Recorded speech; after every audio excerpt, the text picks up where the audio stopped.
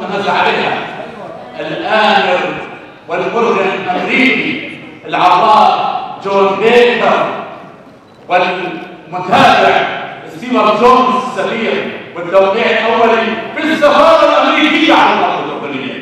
هذه كارثة بعد 98 سنة من عمر الحكومة.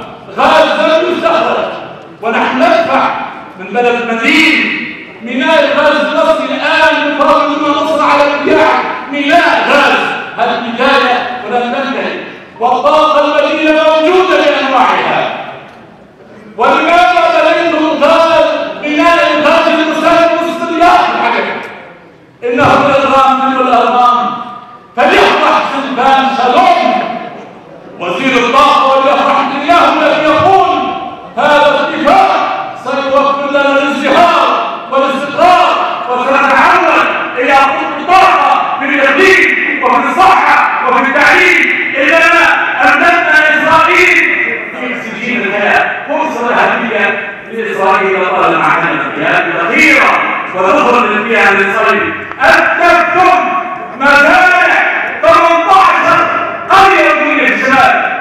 كيف نصرون على ذلك؟ إن التستر والتهرب والإخفاء والإلهاء والذهاب إلى الجنرالات الآن التهرب الطريق كله أنا أعتبره إجرام.